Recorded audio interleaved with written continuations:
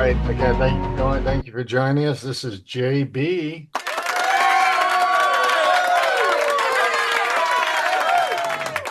And JC. Yeah, I got Paul Larrick from Columbia, Missouri. Still people floating in here. All right, listen, September, ask us anything. We do this every month. You can ask us anything by chat, by typing your question into that chat box at the bottom. We will get to those at the end of our presentation. And make sure you get the answers you need and real answers fast to all of your FFL questions. All right, there's our information. First time visitors, JB and JC, we'll have this information up at the end as well. Visit us, email us, text us, call us.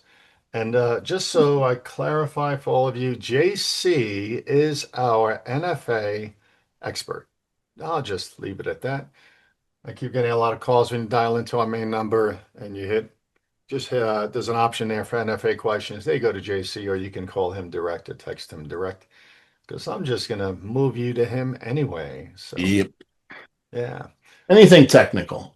All the technical stuff comes. Manufacturing, licensing, and NFA. I just push you to JC if it's in any way complicated. All right. All right. What are we going to do today on today's Ask Us Anything? Well, we've got a big whole bunch of legal updates for you guys. Pay attention. It's a lot to swallow, but again, it's being recorded. I'll get this information to you later. Then we're going to go in and setting up your NFA, selling your NFA and using e-forms. We promised you we would give you a little insight into the different forms if you're thinking of getting into the business. This is not going to be a complete tutorial. That's what JC is for. He loves when you call him with all those highly technical questions. And when your e-form system doesn't work, he'll get you there. But last month, Railo was how to get your SOT, and this month's going to be what's next, how to use those forms. Then we're going to talk about the ATF proposed budget cuts and what we're hearing, what we're thinking about the ensuing big, beautiful bill, budget referendums that were included in the bill and expected in October. We'll tell you what we know and what we think. We're going to go after some ATF inspections gone wild criteria. It's kind of gotten a little out of control here in September. We think we know why.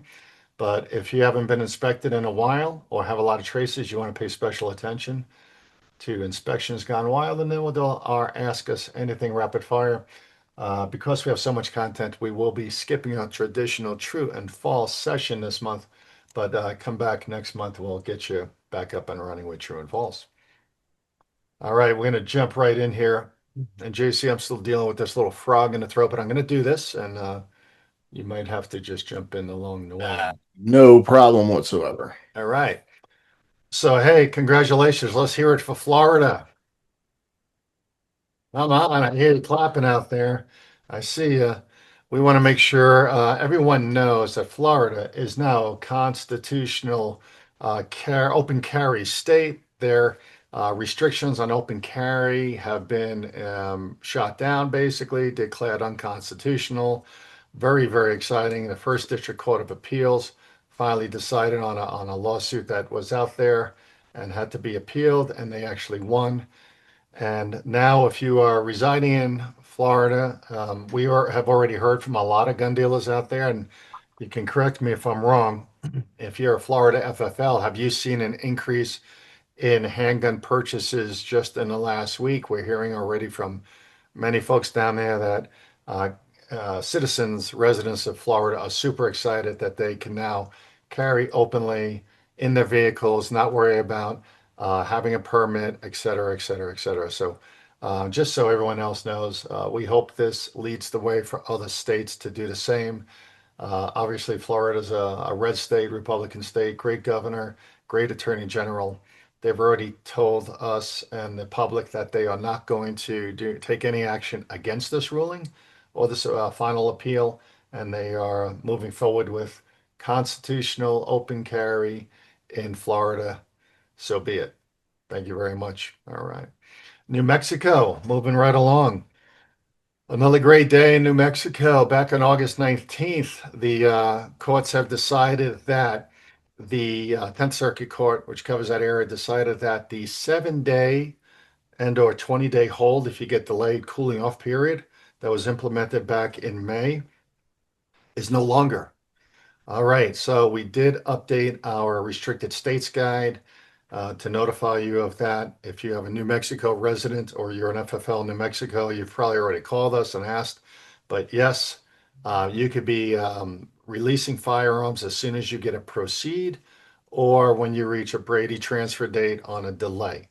So that's the long story short. We still always recommend on anyone.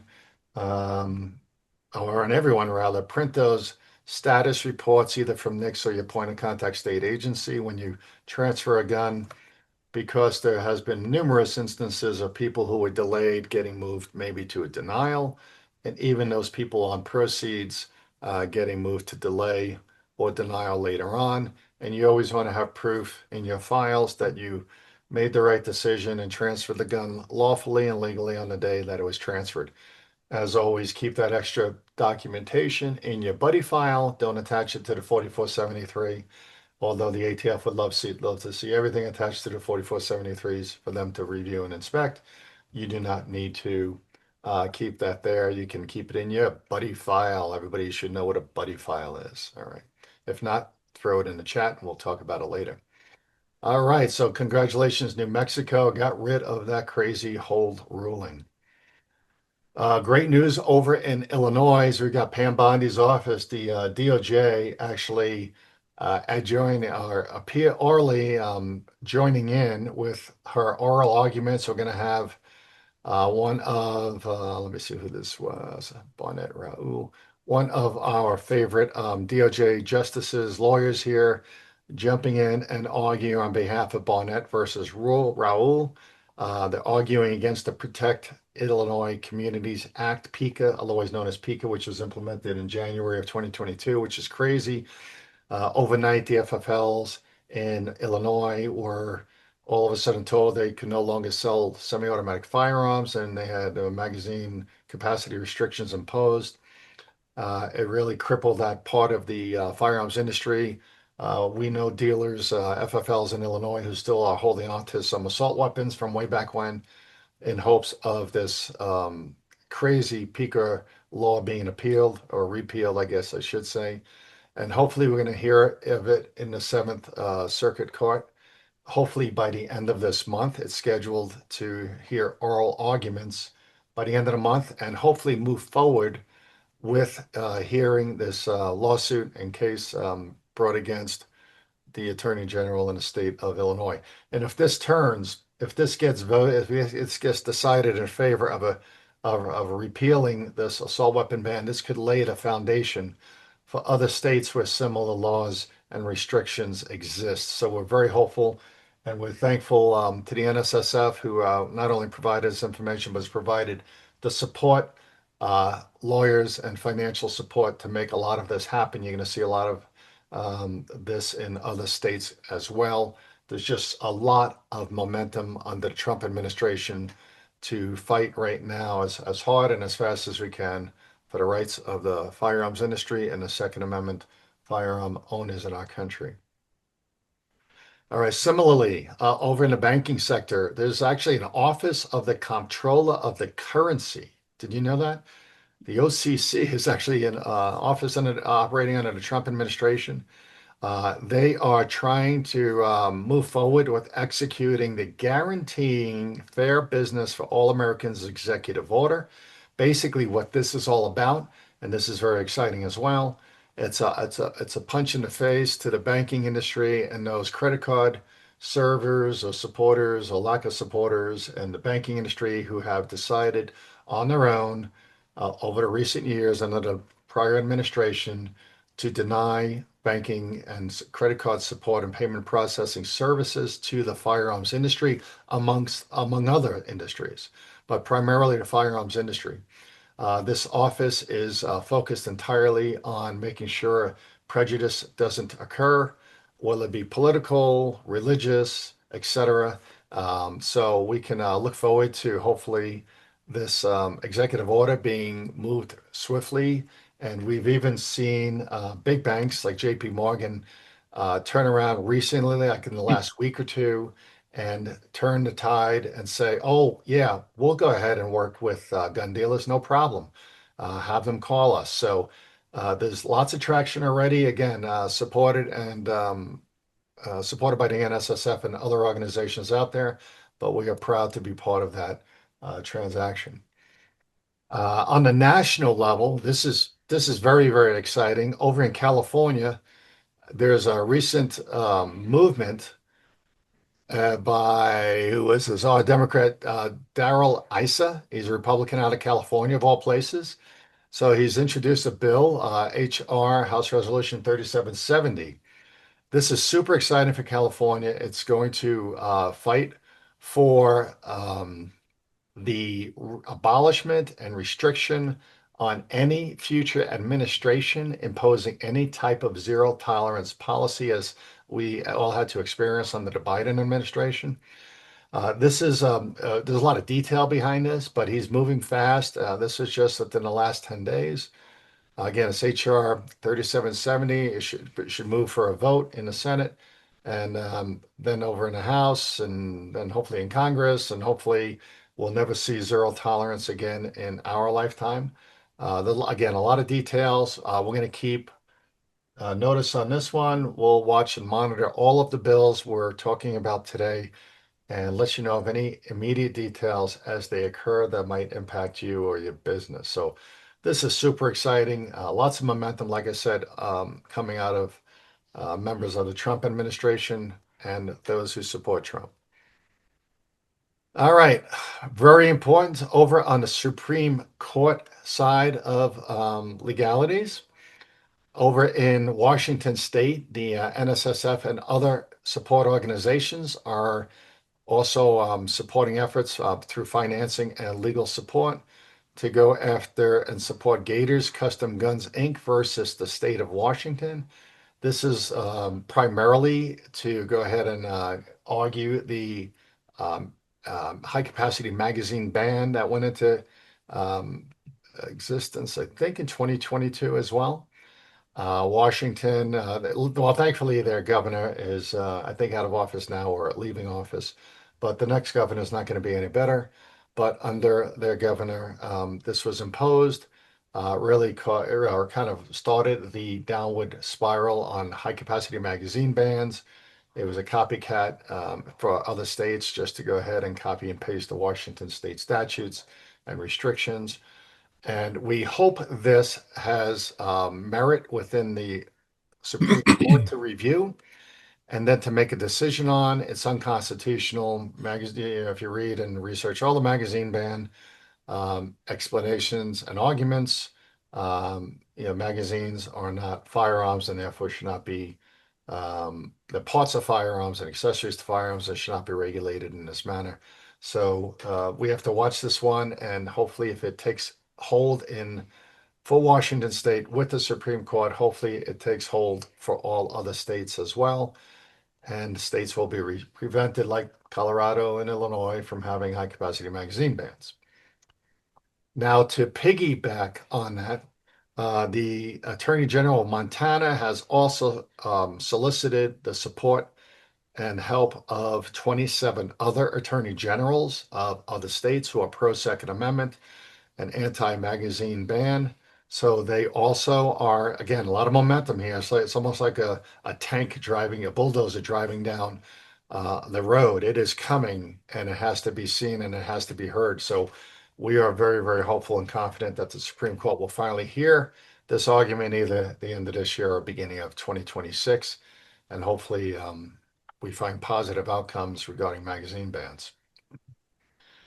And then lastly, God, up in Massachusetts recently, last couple of months, I believe, there was a concealed carry permit licensed carry holder from New Hampshire who drove over the border into Massachusetts, got into a car accident, and politely and professionally volunteered to the investigating Massachusetts police agency that he was armed and he had a permit from New Hampshire, even though he was arrested, prosecuted, and found guilty of violating the Massachusetts statute for having a concealed weapon without a permit. He did not have a Massachusetts permit. They have no reciprocity.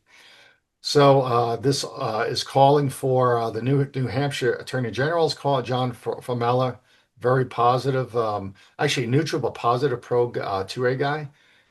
He went ahead and is soliciting the Supreme Court and other states to once again carry the universal carry national reciprocity bill into purview. They want the Supreme Court to actually hear and listen to the arguments and make a decision based on their proposals. But the proposal is that we have universal carry across all states if you are permitted in one state to be a concealed carry holder, trained appropriately and background checked. And hopefully, boy, we've been waiting for this since I think it was Trump's first term. I think this is where this first surfaced with our supporters. I think it was out of Tennessee was where this was getting a lot of support. But here we go to the Supreme Court, not just at a state level, but at a federal level. And hopefully within due time, again, this year, next year, we do hear about national reciprocity for concealed carry permit holders. That would be great and alleviate a lot of stress, anxiety, and undue prosecutions and persecution. All right, I told you we had a lot of legal stuff. We're not done yet, guys. I know we have a lot of folks in Colorado on today, and we just sort of give you a reminder on top of everything else and all the other hoops you're jumping through for Colorado. Many of you have been calling us regarding the firearm serial number check request procedure. Okay, now last month we taught everyone and explained to everyone what the FBI NICS used gun stolen database check process is all about and how to do that with FBI NICS and the options you had to either utilize, not utilize, report or not report those stolen firearms. Here in Colorado, unfortunately, the go live date for the Colorado specific program was September 2nd. So just a couple of weeks ago. If you missed it, you got to get on it. Okay, the sad part is we don't have a whole lot of anything to explain about this, except that there was a go forward date or implementation date of September 2nd. Go live, as they say. And here's what it requires. All FFLs in the state of Colorado, pawnbrokers included, must check with their state agency, law enforcement agency, police agency, or NICS.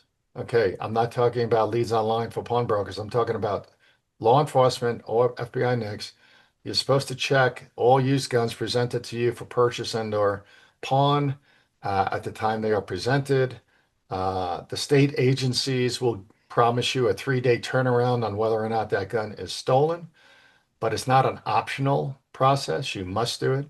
And if the gun is stolen, you must report it to local law enforcement. You're also required to keep record of all checks on all firearms, regardless of whether or not they are stolen, that are presented to you as used. Again, this is there's not a whole lot of anything out there on this except the go forward date. So you should be checking with your local law enforcement agency, police agency, understand their process, what forms they're using, and what process you might use to maintain a record of those checks being completed. All right. Sounds a little complicated. It's not optional. It's mandatory. And the problem with this is the dealer shall report that information to law enforcement agency with jurisdiction over the dealer's place of business. So even if you use FBI NICS to check your gun as to whether or not it's lost, stolen, or reported missing, the reporting has to be down to your local police agency if you get a positive match, basically. If you do not get a positive match, then you just have to keep record of all the used guns that are coming in and what the results are. How that occurs, we're not exactly sure. Yeah. Just to touch on this real quick, JB, I've already reached out to Firearms Dealer Division on this for all the Colorado FFLs. We'll get some insight out to everybody on what they're expecting and how they would like it to look. So once we get that, we'll get back to everybody. Okay, and again, failure to implement this back on September 2nd is subjects you as FFLs to penalties, including warning, suspension, and revocation of your state license. So lose the state license, you lose your federal license. All right. JC, what the heck happened in Nevada? Oh my God. Well, unfortunately, the entire state got hacked. A little bit of ransomware got injected into their old systems. It impacted much more than just background checks. It is allegedly, if anybody's in Nevada on our webinar today, please chime in into the chat. Let us know. We're understanding that the systems are back up and running. Thank goodness. So we got a couple of answers. Yep, it's up. So yeah. So there you go. Yeah, just a reminder that hey, if a state can get hacked, so can you. So make sure you protect. You talk to your IT folks. Make sure your stuff's in place to prevent hacks, ransomware, cyber attacks, intrusion, et cetera, et Yep. cetera. Yeah, Uh, don't forget that NSSF has CyberSafe with a checklist and recommendations for your cybersecurity. So check that out. We can certainly send out the information to you as well. It's real simple, just walk through guidance. You don't have to be an IT expert to understand some of the things like strong passwords and making sure you're paying attention to what you're clicking on, etc. Having yeah, uh, antivirus software and malware, anti-malware on your computer. Those are some of the simple things you can do to protect yourself. The state of Nevada can get hacked and is subject to ransomware. So are you. And small to mid-sized businesses are under attack every day. all right. Moving on. Hey, we did go ahead and based on this New Mexico update, we did update the restricted states guide. We did push it out to you. The new version is in the link you received today from me. So just click on that link and it'll take you to download the new restricted states guide. And it's always available on our website as well under forms and tools. You can always find that our documents there. All right. So just go out to And this FFL. has been updated. Yeah, it's out there. All It's right. out there. Yeah, and I got to tell you, yeah, even though we have the guide available, we still get 20 to 30 calls a month on out-of-state transfers. So if this is all about your customer and or your customers online that are purchasing from you, don't make a mistake. Don't risk your refunds and returns and complaints from the other the receiving FFLs. Check that guide before you send a gun anywhere or sell a gun to an out-of-state tourist visitor customer. There you go. Yes. All right, JC, we're going to jump into selling NFA and using e-forms. Yep. Okay. All right. If you are not in NFA, obviously, this is more geared towards you. So we'll put that disclaimer out there. For those of you that are in NFA, you pretty much know these processes. Now, number one, big picture here.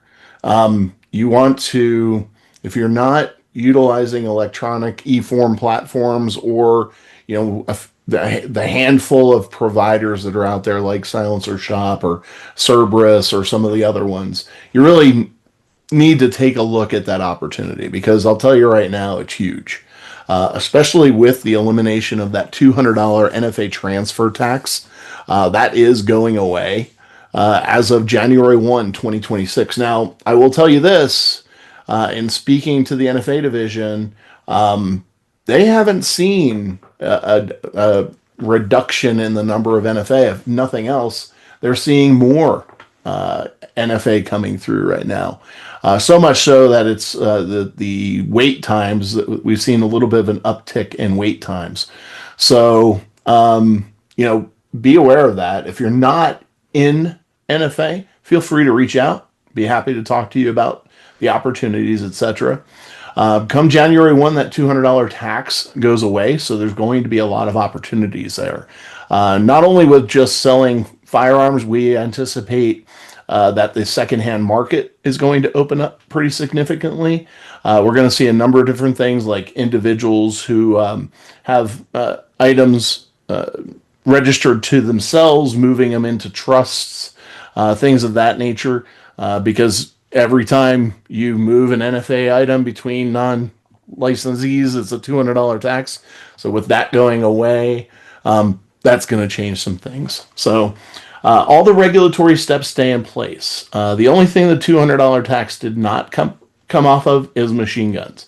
So $200 tax still applies in those situations.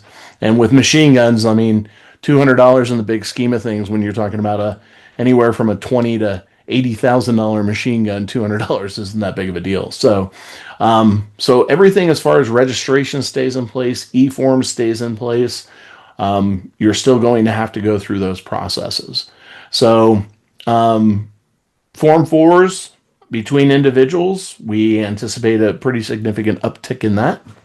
Honestly, you don't have to get involved, but if you do have an e-form platform, it is an opportunity to make some money there. So keep that in mind. You can pay off these software applications or hardware and software applications pretty easily when you really delve into the different ways you can make money utilizing e-forms. So move on to the next slide there, JB. Yeah, and I'll just jump in quick. There's I don't know, JC, I'm pushing all, and you're getting all the licensing, SOT calls. Yep. No, I pushed probably at least 30 to you over the last month. Yep. I mean, what are you thinking? I'm thinking, and a lot of them are pawnbrokers. We've been talking to pawnbrokers. I've been doing those presentations. You're going to have customers come in, first of all, trying to pawn a silencer or an SBR, not realizing they can't. And then you might want to have the opportunity to buy it, as a used firearm and make some money there too. So there's all types of opportunities coming down the pipe, and you don't want to be the gun dealer on your block or in your town that doesn't do silencers because everybody else will be. So you don't want to lose your business, right? Yep. So, increased demand. I had a meeting at ATF headquarters last week with leadership. They are anticipating 100% increase in form processing, electronic form processing, and a 300% increase in paper. Now, to put things into perspective where paper is concerned, it's only about 3% of the mix, believe it or not. So, really, in the big scheme of things, a 300% increase is not that much. They've got a plan in place. They have made significant changes in the back end. And probably one of the biggest ones is previously, if somebody submitted 5 Form 4s for transfers of 5 cans or a couple SBRs, a few cans, whatever, previously they would do a background check on every one of those. Now, if somebody processes 5, whatever, 4, 3, 2, whatever, Form 4s or files those transfers, they're utilizing one NTN. They're not running that background check 5 times. That they found that was holding up the process the most. And the background check is the one that holds up the process the most because there was nothing in NFA that said that background checks for NFA items is a priority. In the GCA, it actually states that FBI NICS has to process GCA firearm transfer background checks as the priority. So that was one of the biggest, most significant changes. So we're going to see an uptick. We don't know what that looks like yet. They're anticipating 100%. So things may change, and we've already seen it. I think that today the wait times is like 9 days for, believe it or not, an individual and 6 days for a trust. So they're looking at doing a lot of different things now as far as the eForms platform. I don't know if you're aware of it, but they did do a request for information to upgrade their systems. We'll see if it gets approved. The budget request gets approved. But we want to go out to eForms, check it out. You want to register for use of eForms. Make sure that you're assigning super users, delegates, submitter roles for your FFL. Not everybody should be a super user. Make sure of that. You need to associate your FFL with your EIN before you can even get access to your inventory. That's important. Remember, these are tax records. They're not FFL related in the back end. Remember to maintain your current SOT status. You have to pay by June 30th annually. Don't wait. Come April 15th, you can apply for your renewal. It goes from July 1 through June 30th. I can't tell you how many FFLs called me at the last minute and said, "Oh my God, I forgot." Well, you better get on it. Otherwise, you can't do anything with those cans until you get your approved SOT.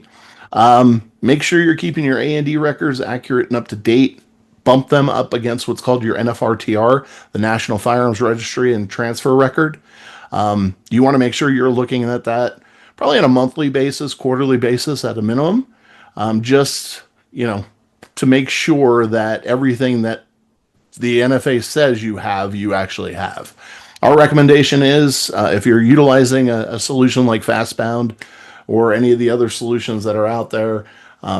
Make sure that you have some way of carving out your NFA firearm so you can check that very easily. And again, bump it up against your NFRTR. Anything that's missing, especially anything that's, been on there for quite some time and you still don't have it, you might want to notify whoever sent it to you that whatchamacallit, that you didn't receive that item. So that's really important that you let them know. You don't want to be responsible for something that you don't have in your possession. So ATF Form 1s, FFLs are finding a business opportunity with this. And that business opportunity is processing the Form 1 electronically for the individual. This is the application for a non-licensee to manufacture. They have to do a Form 1 before they actually manufacture an NFA item, whether that be an SBR, SBS, a can, if they're manufacturing their own can or whatnot. So there's a moneymaker opportunity here for you because it'll go through a little bit quicker rather than doing the paper form. So again, you're going to have a solution in order to do this. And there's a lot of folks at home who are kitchen table machinists, right? And they're making their own SBR. They're changing barrels, and especially after this $200 tax goes away, these guys are going to need help, filing the paperwork correctly. And we find a lot of them do, or a lot of them don't because they're afraid to because they don't know how to do it. But once that $200 tax is gone, you might have an upswing and like you said, a business opportunity, right? And Yep. All right. So Form 2s, that's your notice of manufacturing. You're telling the ATF, and this would require you to be a Type 7 FFL with a Class 2 SOT, and you're notifying the ATF that you manufactured. And this is submitted once you've completed the manufacturing process and logged it into your book.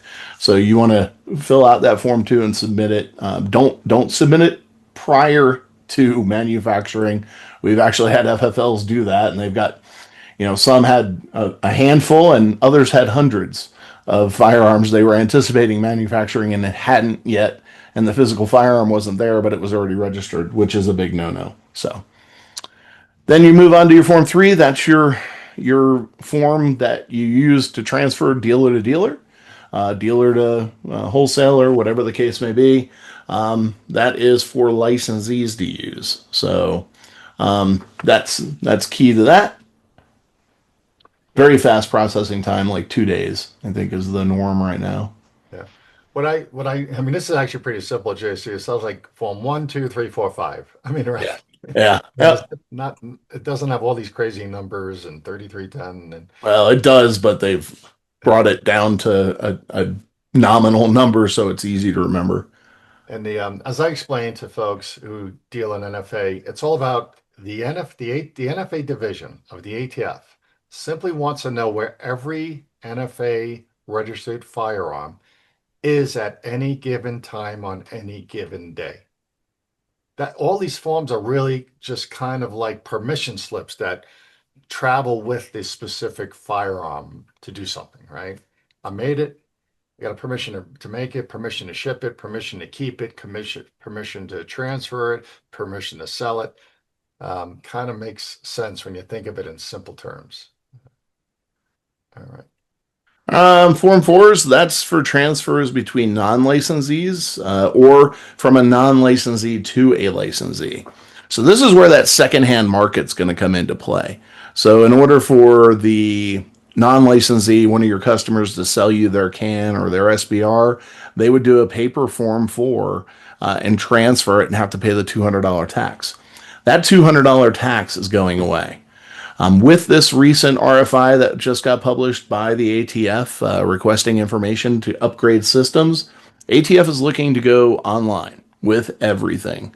They are looking to become current 2025 technology. So what's going to happen eventually down the road? They're hoping Q1, maybe Q2 of next year, again, if budgets get approved, that everything will be electronic.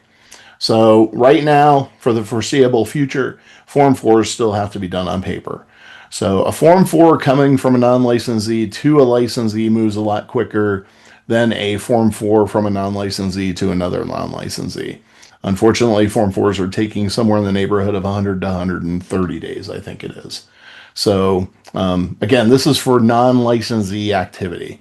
So it means they're either going to move it, you're moving it as a licensee to a non-licensee, or a non-licensee is moving it either to a licensee or to another non-licensee.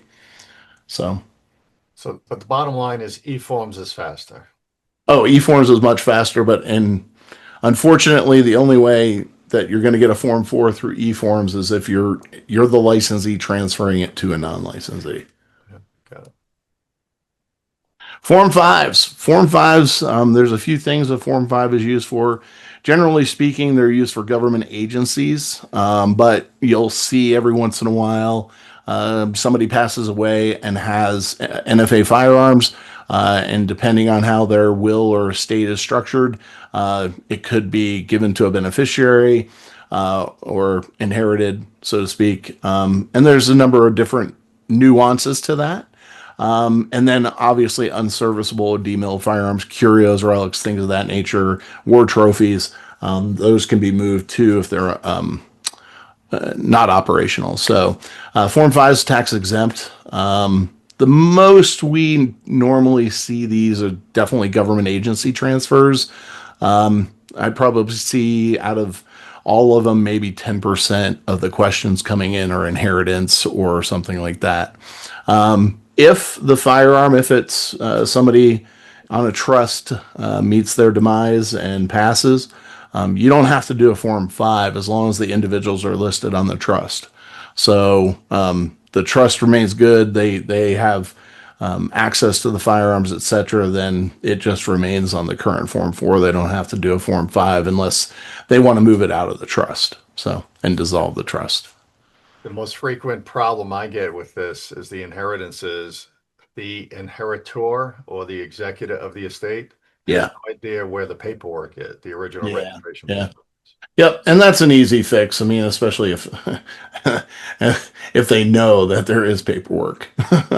Yeah, that's an easy fix. If they don't know if there's a paperwork, well, it is what it is, and we got to find out. So, and the NFA division generally will help you out with that kind of stuff. Sure. All right. JC, we keep hearing about the budget cuts and the big beautiful bill. You hear anything? Yeah. So right now things are really in limbo. Schumer has said point blank that they're gonna try to block any type of budget proposals, which has already led the Republicans to say, well, if that's the case, then they're just going to do what's called a CR or continuing resolution. If they do that, nothing changes really. They're going to keep things status quo for the most part. There's still a little bit of chatter out there about the whole ATF merging with another agency. For right now, it's been somewhat quashed. So we'll kind of see what happens. We're staying in pretty close contact with our friends at ATF just to understand what's going on. And they have a pretty good open line of communication with both us and the NSSF as well. So we're just kind of sitting on the edge of our seats here, waiting to see what's going to happen. And we'll see. That's all we can say. We'll see if they go forward with the CR, then it is what it is. Right now, and if you've been inspected, you kind of have an understanding of this.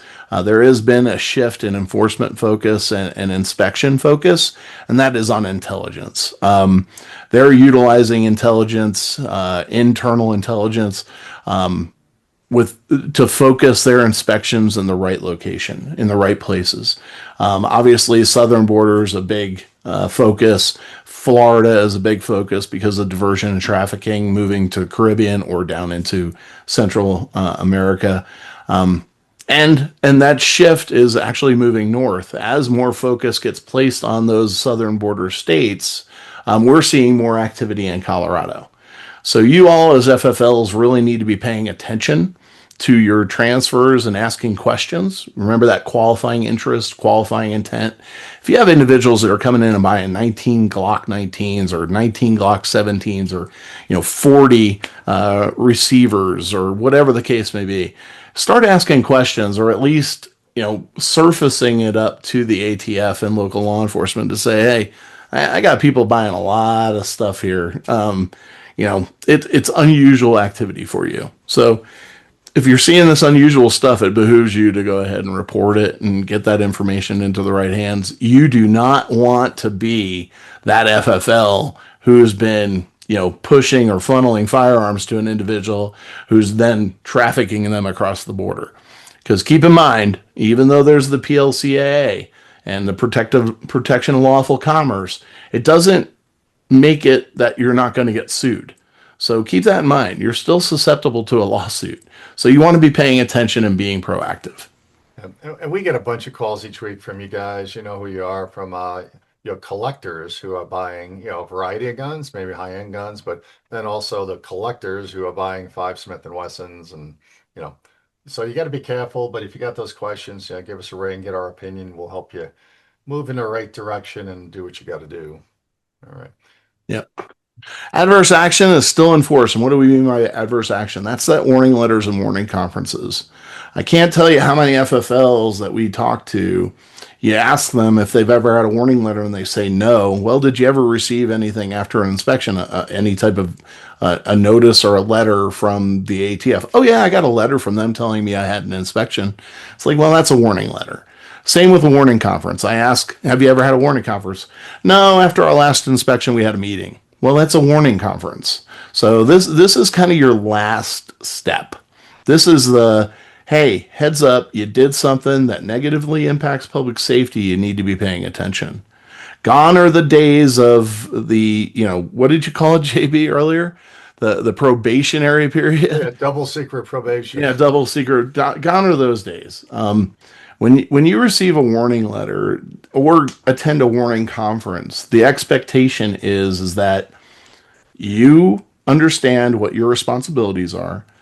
You've been told what you need to stop doing, and you've advised, because they're going to ask you, they ask every inspection, they're going to ask you, what are you going to do to fix this going forward? And once you say that, everything is on the record. So if you've said, we're not going to do that anymore, we're going to do a double check, we're going to make sure everything is correct before the gun walks out the door, blah, blah, blah, and you continue to see the same violations pop up in a subsequent inspection, guess what? Or it gets worse. That's even worse if it gets worse. So you got to make sure that whatever you said you were going to do, you're actually doing. I don't anticipate, like we saw during the Biden administration with the zero tolerance, FFLs that are going to have 3 and 4 warning letters or warning conferences. They've told you once. You might get a second one out of it, especially if you went one way versus another, as far as you got better in some things but got worse in others. You have to take this stuff seriously. I understand all the Second Amendment stuff, and I understand the abolish the ATF stuff, and all that's all well and good. But the fact of the matter is the regulations and the laws exist, and we as FFLs have to follow the laws and regulations. I say this at every training seminar. If one of us is doing it, then all of us are doing it. And that's how the antis look at the gun industry. If one FFL is doing something wrong, then all of us must be doing something wrong. So it's important that we stay up on our compliance efforts. Yeah, I'm just going to throw in here. Every time I talk to one of you guys recently, you're like, "Oh, aren't you glad zero tolerance is over and you're getting a break?" And the answer is, we're not getting a break. We're not getting a break. The corrective actions, the warning conferences, the corrective action replies to warning letters and bad reports of violations from inspections, and the tactics that we're seeing in the inspection process is the next section we're going to go over here, is causing us as much grief, I guess, and more work actually, because it's almost rapid fire. We're talking about why we're seeing so many inspections in September. Well, here we go. We call it ATF Inspections Gone Wild. And we're not sure, this is JC and I talking, but is it the end of year? Their fiscal year ends this month. Are they trying to justify the amount? Are they trying to get their inspection numbers up? Are they trying to justify their existence, their office, their staff, their IOIs, their own position as a self-preservation? Is it the need for public safety? We don't know. Okay, but we have certainly seen a very unusual increase in inspections over the last few weeks. I had 8 last week start. JC had 6 or 7. That's huge. That's like 2 or 3 times the amount of inspections started in a given week that we typically have to deal with, and it kept us very, very busy, keeping you guys, out of trouble, basically. So hey, here's the long story short. Focus on the details. Things that we're just seeing globally, they're going to have to manufacture and importer if you're not listing those correctly, and a lot of you aren't. Even after being on all these webinars and reading all the documentation, we're still doing inspections where you're not, you have a thesis with no importer. You have a Glock Austria, but no importer. I mean, you got to figure out what you're doing in the documentation requirements for your bound book and hence the 4473. Abbreviating things like places of birth or cities of citizenship, cities of on place of birth, or MX for Mexico if they're a foreign resident, etc. You got to do what is acceptable by code, by USPS approved abbreviations. You can't allow your customers, just because it's Section B, to cause errors for your inspection process. Dates. I mean, if there's one area where we find errors, the majority of errors is just in the dates, whether it be expirations on IDs or certifications or recertifications or box 36 dates, or the next 27A, what date did I do the background check? Dates have to be congruent and appropriate. Hmm. All right. JC, we get a lot of questions on this, right? Yes, we do. So the question to you guys is, what do you call a shockwave? What type of firearm is that for you? And Put it in the chat. yeah, what do you call it in your store? Do you just write in the chat? What do you call it? All right. Well, here's the answer. Here's what you should call it. And this is right from the Firearms Information Program Branch, which is the folks who write the rules, manage the rules, and review the rules, and tell you what the rules are when it comes to FFL compliance and Gun Control Act requirements. So this, in and of itself, is a 26-inch firearm that is no shoulder stock, has an 18-inch barrel or longer, and such a firearm may be recorded within an A&D entry as a pistol grip firearm, PGF, firearm, or other. Okay. Okay. Hopefully, one of those four is something you call it in your books. And the reason we bring this, because we get this called 10 times a week, because you have an IOI that shows up to do an inspection and they start writing you up because you called it a PGF and not an other, or you called it an other and not a firearm. I mean, the continuity is not declared here for one term or another, but rather all four of these terms. So we wanted to give you this. We have this in writing. We could always provide it to you, but we get on the phone with your IOIs during the inspection process and send them these emails from their brainiacs. They're down there in the FIPB branch that says, hey, here's what it should be called or could be called. And we want to let you know that. So, don't call it a shotgun. Okay. The one thing I should have put on here, it is not a shotgun, but it could be any one of those other four terms used right there. So hopefully that's some clarity. And there's a lot of these coming out. JC and I watched some videos over the weekend prepping for today. There's a lot of semi-automatic short barrel shotguns coming out, semi-automatic firearms, pistol grip firearms. I mean, this thing's taking over, and especially when this tax goes away come January, you're going to see a lot of new, similar, small firearms, whether it be NFA or not, come on the market, and we're pretty excited about that. So you got to know your stuff. JC, I'm just going to run through these quick. Yep. Jump in if you got any comments. So this is going to be in no order, no specific order. We just said, okay, what have you been seeing and meaning our inspections when we visit you and scrub your paperwork and do a mock audit before the ATF shows up? So the first thing we want to remind you of is one, keep them naked. All your forms should be naked of any miscellaneous business documents. Nothing that is not required by law to be attached to the 4473 should be attached to the 4473. Put all the paperwork in your buddy file. If you need more information on that, send us a note. We'll send you our email, which explains all of this.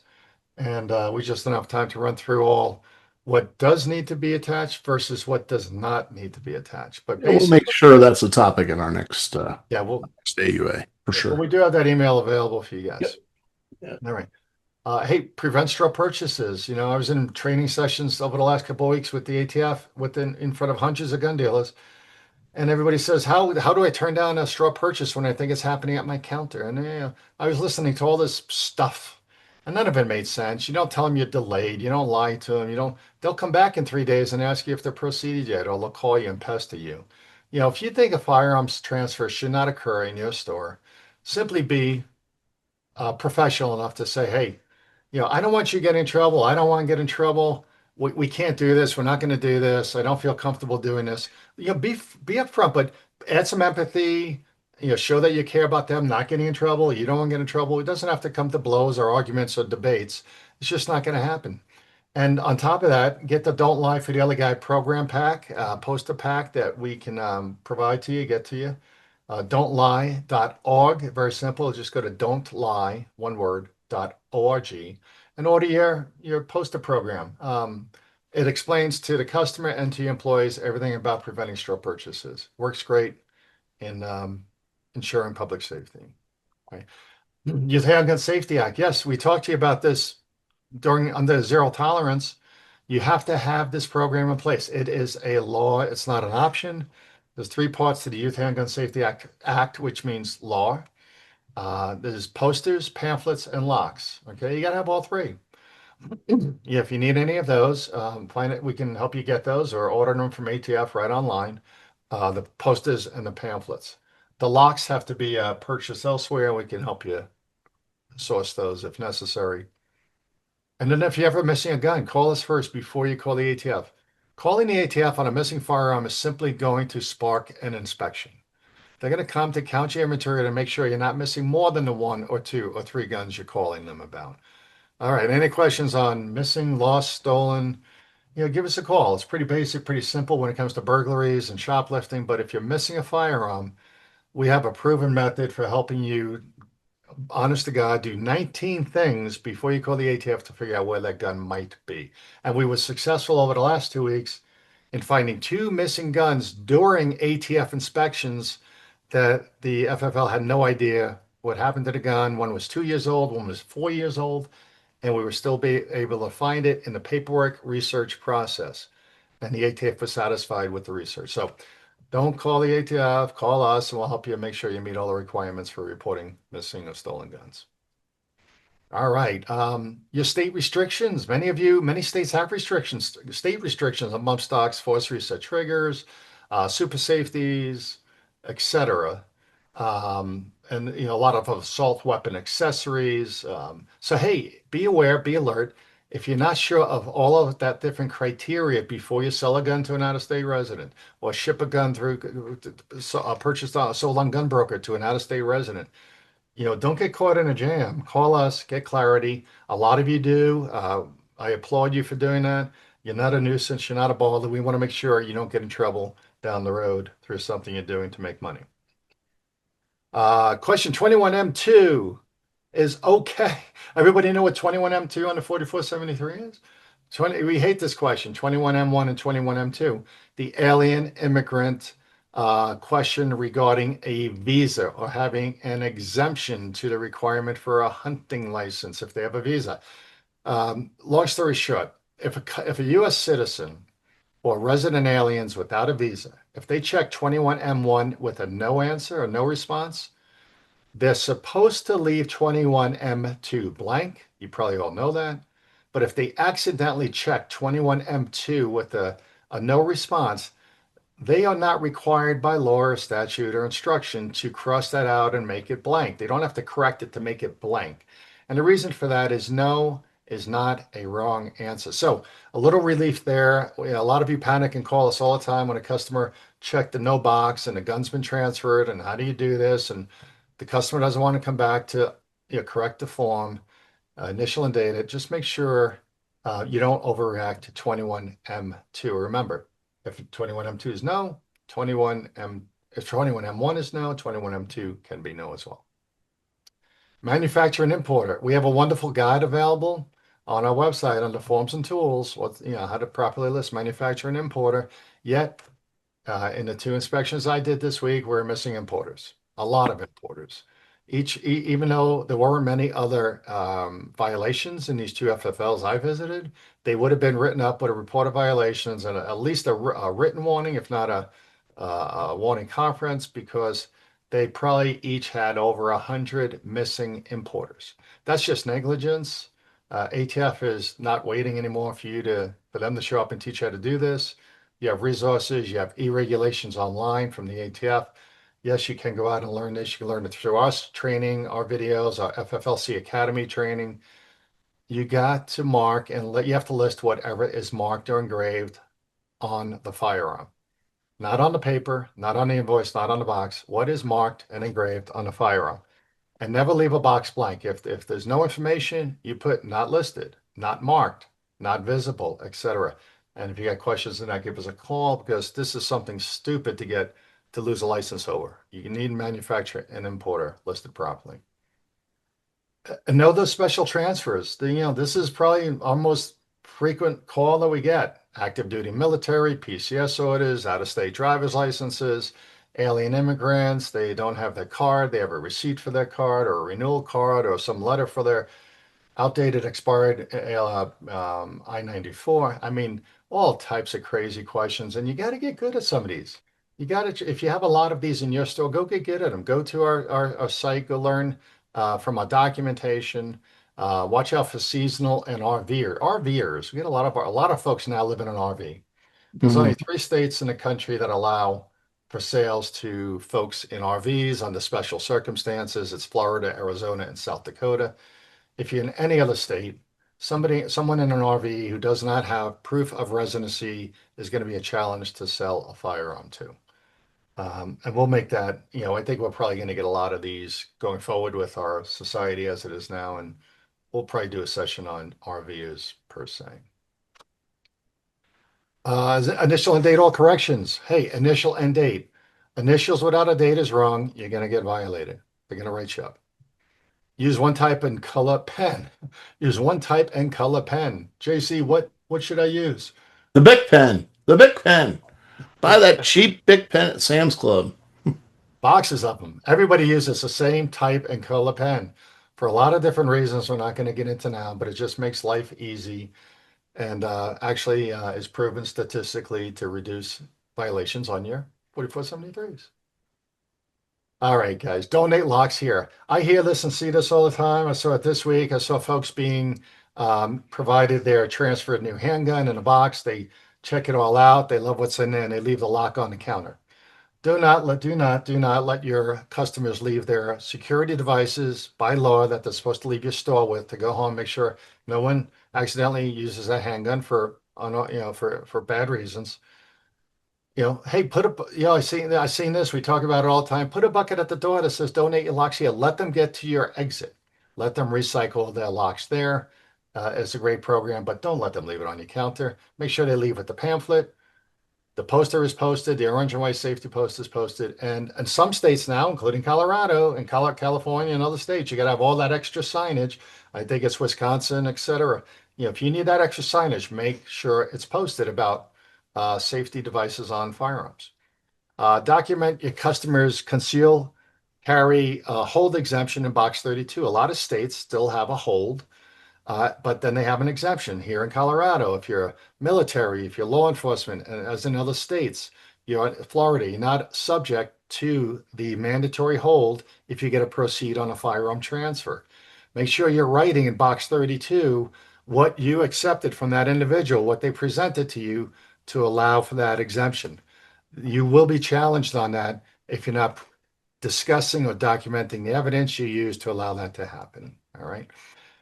If you're one of those states where you put all that information in section 29, if they have a CHL or you have to make sure you're putting all that information up there, but do not check box 29 if you're just using that area to document their exemption criteria, documentation criteria. Transferring guns to states with high capacity magazine restrictions. Wow. We should put a recording on our answer machine that says, here's what you do if you're transferring guns to a state with high capacity magazine restrictions. If the lawful process here with the Supreme Court doesn't make any changes, or in fact, tomorrow, if you're transferring to Washington State or Colorado State or Illinois, anywhere else, make sure you're not transferring that gun with the magazine that's high capacity and unauthorized or illegal. Or call ahead to the FFL, the receiving FFL, and ask them if they can pin it. Are they capable of pinning that magazine to be restricted to the amount of shells that they can actually load into the magazine? And a lot of them will say yes. They can rivet it, or they can otherwise prevent it from accepting more than allotted shells in the capacity limits. So call ahead, but don't send the gun with the magazine. You're going to get in trouble. You're going to get yelled at. You're going to get complaints. They might report you to the state agency that monitors this regulation. They might call the ATF. So be wary of that. All right. All right, JC, we're running fast here for the sake of time. Yep. These are actual, listen, these are actual mistakes we saw over this is our last call, audits we've done, folks we visited. Now, these are not electronic digital E4473s, which we surely promote and suggest you look into, and we can provide information on that. Going digital absolutely reduces errors in your process and corrections and violations. But I say maybe half of you are still using paper. Well, here's what the issues are on this one, and we're just going to tell you real fast what we see and what we saw. One, it's messy. Two, it could have been redone, and three, the Koenig on line two there and serial number is too long. It's listing the T number, as we call it, along with the secondary number, which is actually the short serial number. And it's missing the importer. What? Oh yeah, Koenig. Yeah, no importer. So good catch, JC. Hmm. So I look at too many 4473s. no, you're doing an audit. You're auditing me. Hmm. So this is a pawn redemption. You can see in box 7. But hey, that T number at the front of some of these European guns, and the number you'll see on the slide on some of these European handguns, is the factory address identifier.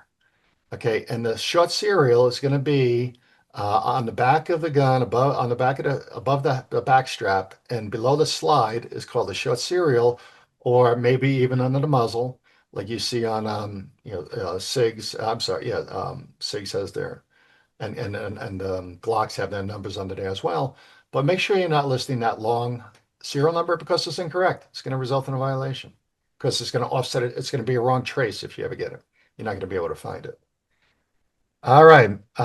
Hey, here's a middle name. I see an S, but I don't know if that's a middle initial only, if there's really a name there, if you verified middle name versus middle initial, and the ATF is going to challenge you on that and say you are providing incomplete information. Certification date, wow, 1970? I don't think so.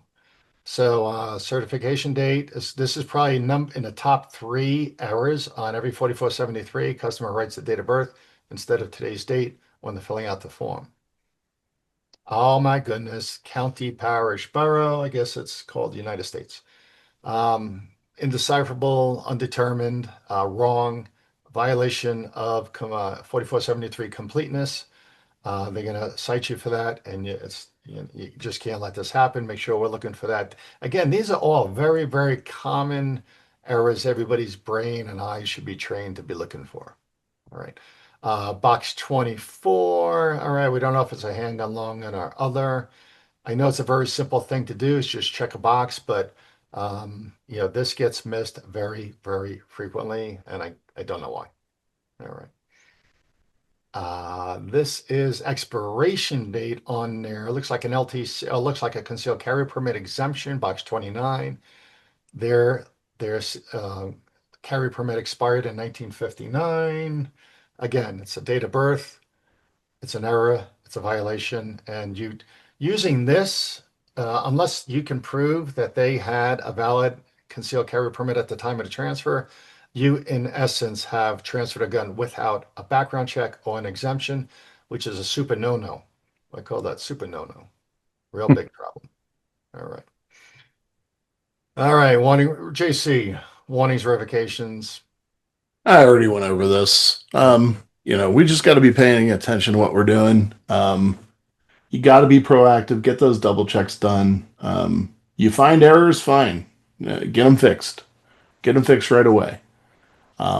You just want to make sure that you're taking the appropriate steps, at least show that you're trying. So, Yep. Yep. Be proactive, not reactive. All right, winding down here. Here's our poster available under tools and resources. Great training for your team and awareness for your team. Print it, hang it in the back room. Use it during Saturday morning meetings. We are traveling. Again, we're on the road, guys. A lot of you have called to schedule these meetings just because you realize, hey, wait a minute. I thought I was good, but kind of relaxed a little after Biden, but we got to get back on track. So we are busy, busy, busy. If you're in any one of these states over the next couple of months, we can always try to squeeze you in if you so desire. If you're part of the program, give us a ring. We'll tell you more.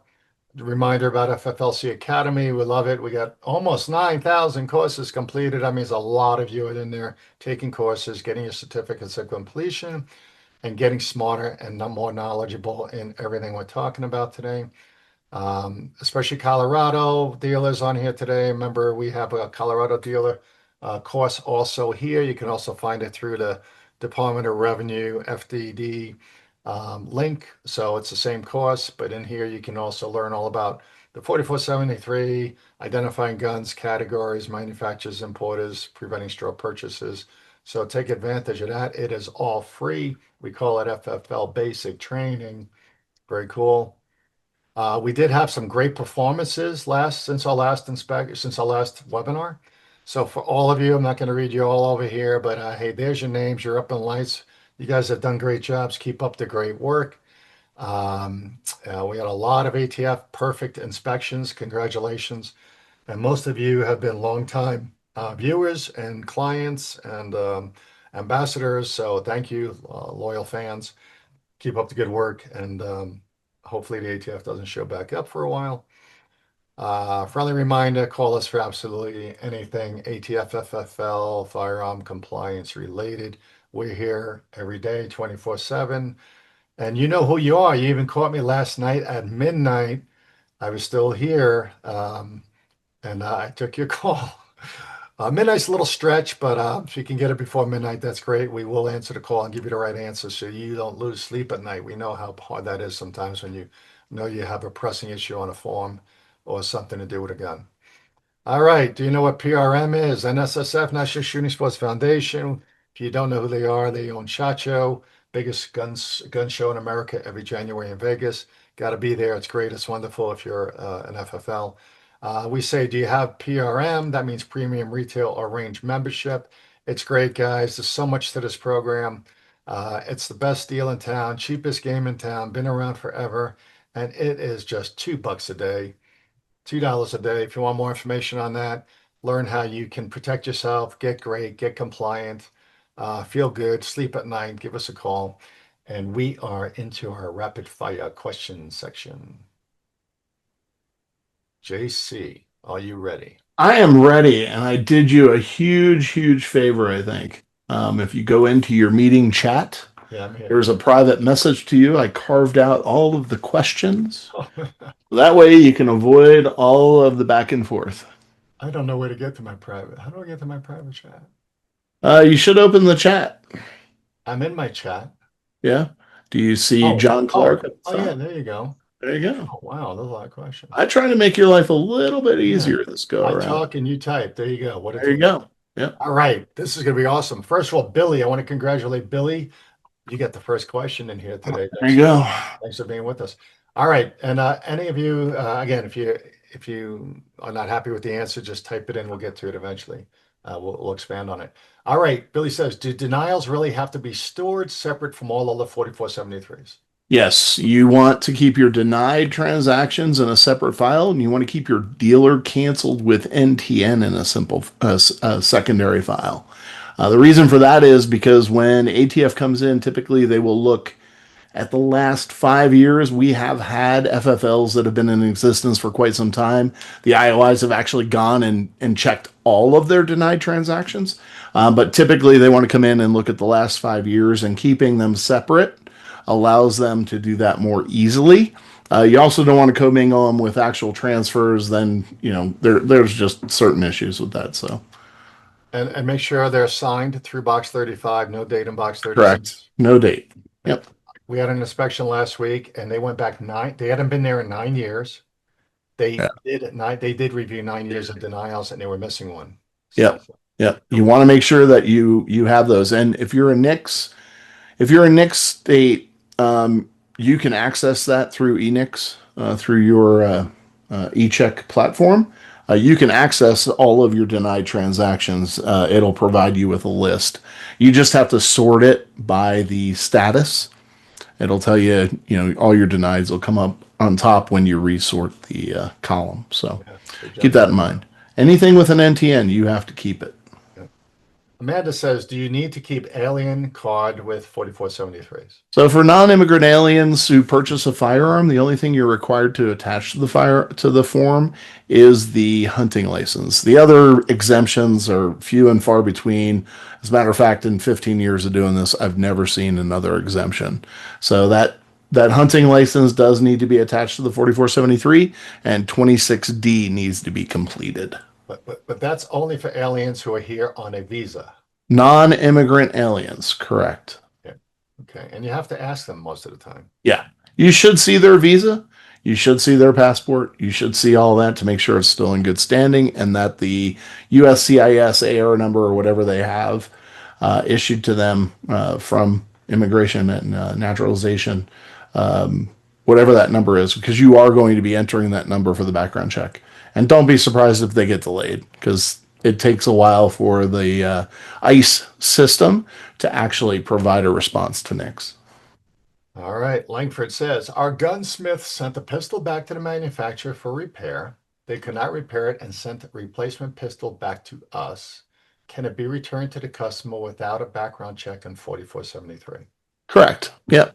It's a replacement firearm. Just make a note in the record that it was a replacement firearm and the original firearm was unrepairable. Yeah, typically it's the same manufacturer and model. Yeah, you do not want to be doing background checks on these or 4473s.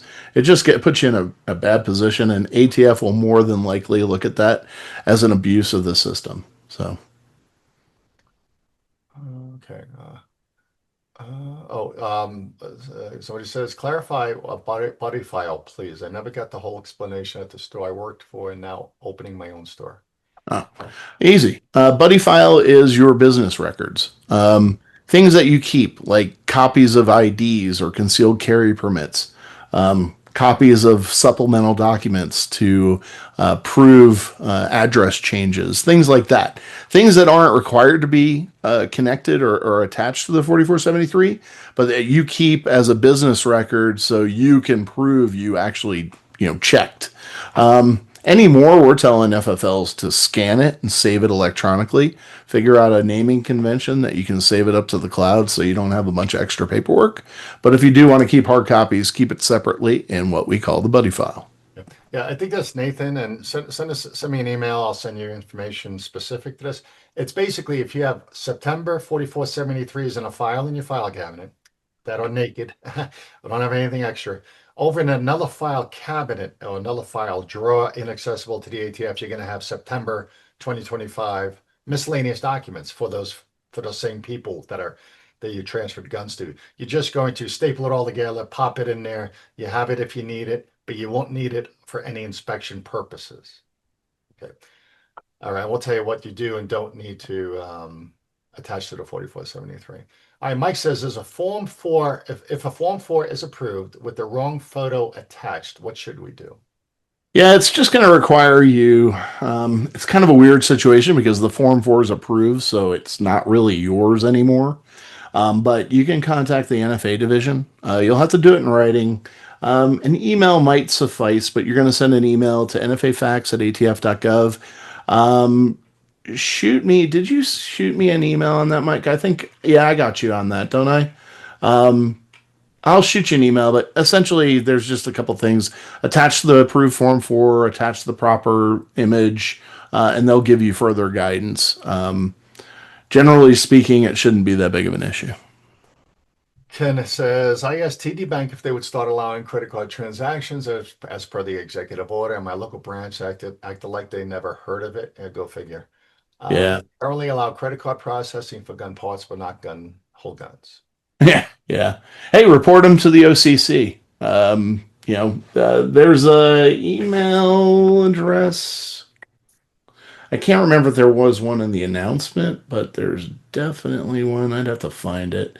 If you go out to the OCC website, it's a Treasury, it's a sub department of the Treasury. You can actually email the director's office. Oh, cancel that. All right.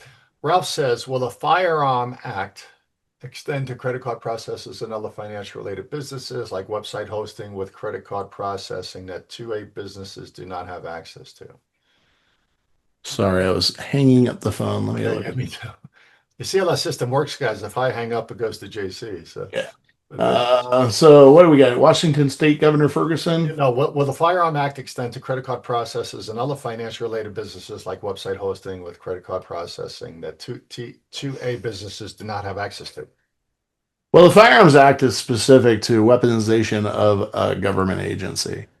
So, and that's specifically the ATF. It's not going to extend to private sector. It'll be a matter of the agency who has oversight over that private sector, such as the OCC has oversight over banks. It'll require them to address that.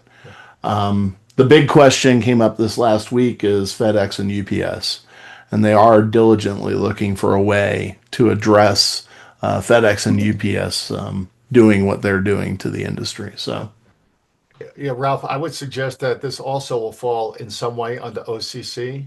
So to that last conversation JC just had, if yeah. you Google that, you might find an email to send inquiries to, Mm, because they are in supporting commerce in the yeah. firearms industry. I think that OCC ruling, executive order is going to attack anybody doing business with the firearms industry. Yeah. They'll figure out a way to leverage it anyway. OCC is really banking, so that's Barry where says they're. Washington. Yeah, Barry says Washington State Governor Ferguson was a state AG and wrote the magazine ban law. Yeah, yeah, Well, we'll see if that stands. yeah. Mike says Code 4. Approximately 10 or 12 years ago, an IOI told me that they had a policy of allowing SOTs a limited number, maybe one per year, of transfers into the inventory of 40 millimeter rifle, 37 Yeah. millimeter DD launches without having to Yep. produce a demo request letter. Do you know if this still?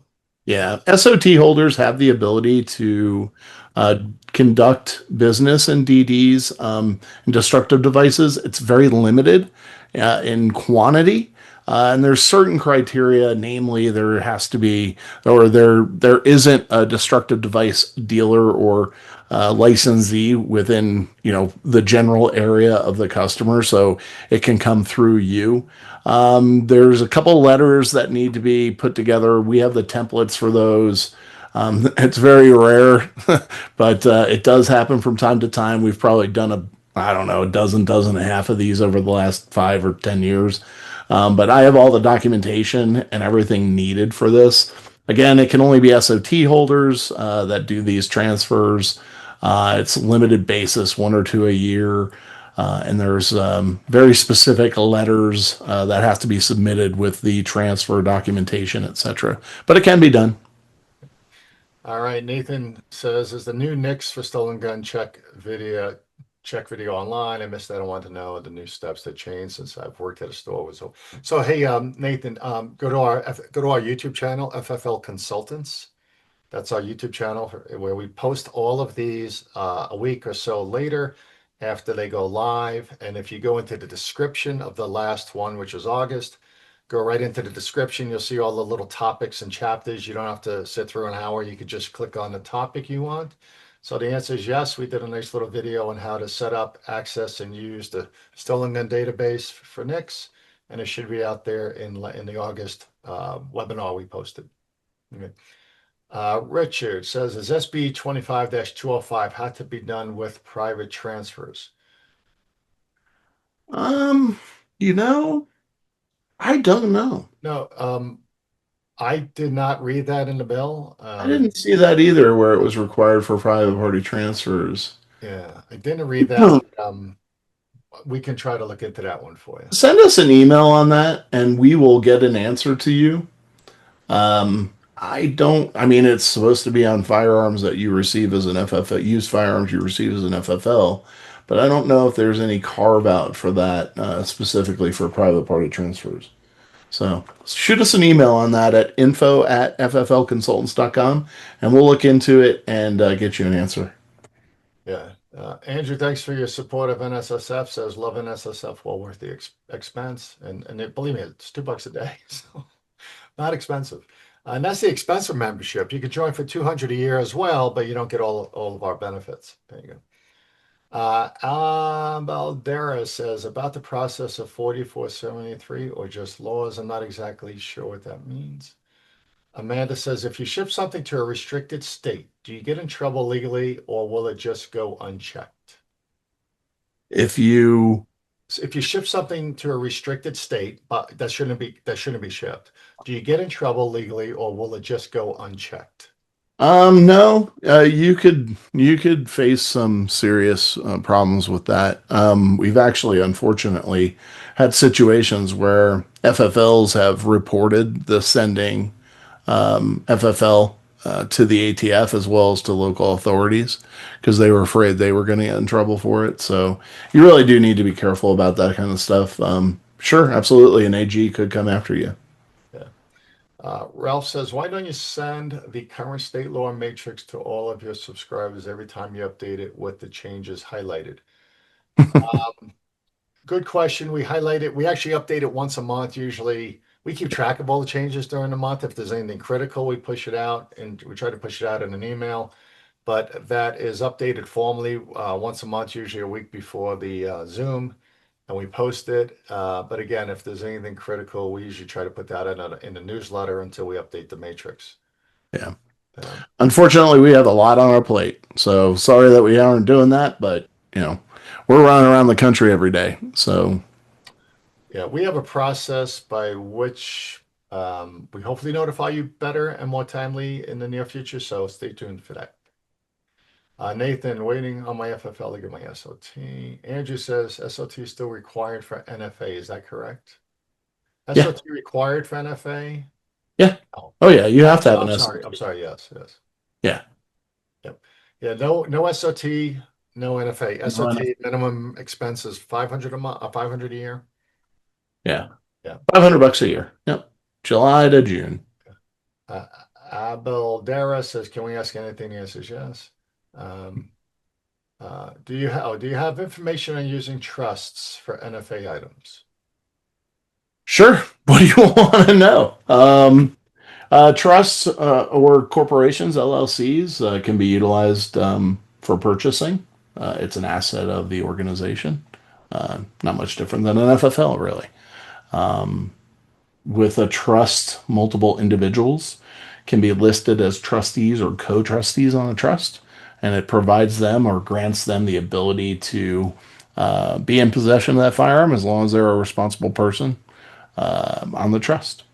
It's Yes. pretty Yes. straightforward. Yeah, CB, send an email to J Clark at FFLconsultants.com. We'll Yep. send you documentation on You that. can send it to J Clark, JCLARK, or just JC at FFLconsultants.com works as well. Send you our summary guide.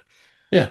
Andrew says, Andrew, we love your questions. If transfer tax repealed, why not Mm. the SOT as Yeah, well? that's a big question right now. And there's actually lawsuits been put forward on this, so we'll see. Because the NFA still exists, the special occupational tax was part of the NFA, and that's why it still exists because there is a federal act that was enacted in 1938 that requires it. So they are trying to look at ways around it, but for right now, it is what it is, and they eliminated the $0 tax. They have to do something legislatively and enact some sort of law because right now, obviously, we're only 8 months into the administration. But right now, if the antis take over the White House again, they can reenact that $200 tax or reinstate that $200 tax. And there was actually some, I don't remember who it was, a Democrat. I want to say it was somebody out of Hawaii, I think, put forward a bill that the tax should be increased to like $4,750 or something like that. So they've got to do something to either eliminate the tax completely or eliminate the NFA, which I don't know is going to happen. Yeah. Mark asks, can I deal NFA if I'm a pawnbroker? You can deal an NFA if you're a pawnbroker, but you can't pawn. If you were to pawn a NFA item, it would still have to go through the Form 4 process to be transferred to you. And right now, obviously, there's a $200 tax, and it wouldn't be worth your while. So, but you can, as a Type 2 FFL, secure your Class 3 SOT, which is a dealer in NFA firearms, and sell NFA firearms. We do have pawnbrokers that carry NFA firearms. Yeah, and we know they're going to be walking into your store come January or after January thinking they can pawn them, and you're going to want to be able to say, "Well, I can't pawn it, I can't loan against it, but I can buy it from you." Yeah, you can buy it. Yeah. And there's going to be a lot of commerce on used NFA items. Oh yeah. Yeah. CB says, "What do you expect to happen with the wait times on January 1st? Is there any effort at the ATF to change staffing to increase demand?"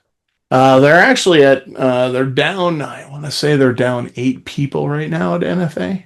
But they are anticipating, like I mentioned earlier, 100% uptick in e-form processing, 300% increase in paper processing.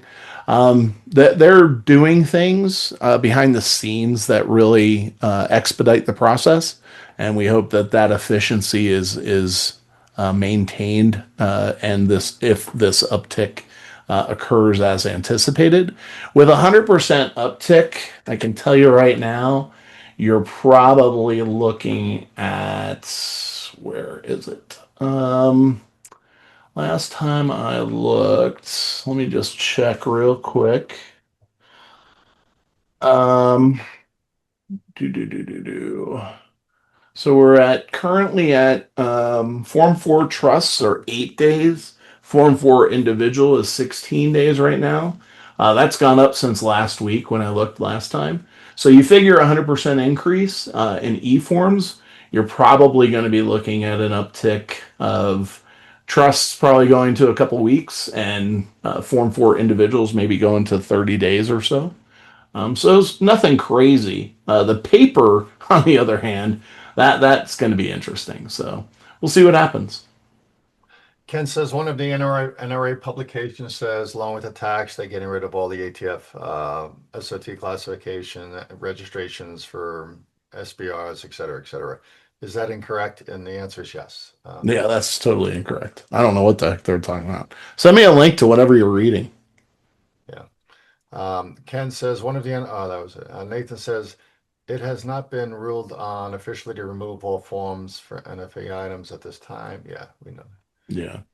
CB, what is the NFRTR? How do we find out more about it? The National Firearm Registry and Transfer Record, that belongs to you. As an FFL, it's in your e-forms.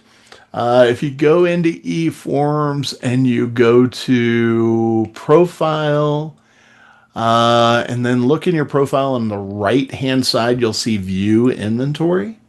And in view inventory, you can pull that down into an Excel document. And the Excel document will allow you to check what NFA firearms are registered to your EIN and business. And be careful, because that report is real time. That is real time. So there could be things on there that are in transit to you that have been transferred to you, but you haven't physically gotten them yet. Or conversely, there could be things that you've transferred that have fallen off your NFRTR because you're awaiting an approved Form 4. Or the Form 4 is approved, Yeah. but the person hasn't picked it up yet. Yeah, and if you have trouble finding it, just let me know. We can hop on a Zoom where you can share your screen, and I can show you where it's at. All right. Nathan says, have you heard anything about forced reset, FRT forced reset triggers changing or being fully legal without any battles? Yeah, right now, well, depends on your state. They're illegal in Colorado. Forced reset triggers, there's an injunction. So, and I believe, didn't ATF back off that lawsuit? Yeah. ATF backed off. DOJ decided not to challenge it. So they're illegal again. They're legal. They're illegal. Yeah. Yep. Did I say illegal? They're illegal again. Yep. Just make sure you check with your state first, because like I said, Colorado, they are now illegal. Yep. Why does eForms not have a process to notify the stores that a transfer of an NFA item has been transferred to them, and once they get it, have an approval that they received the correct item and accepted it into the inventory, blah, blah, Mm, blah. yeah. Well, just so you're aware, the eForms platform is built on technology from, I want to say, either 2006 or 2008. If it's not 20 years old, it's damn close to 20 years old technology. So right now, it's literally running on a band-aid. As a matter of fact, the back-end software of it doesn't even exist anymore, and they have to have a special contractor who knows the old language and how to operate that system and fix things.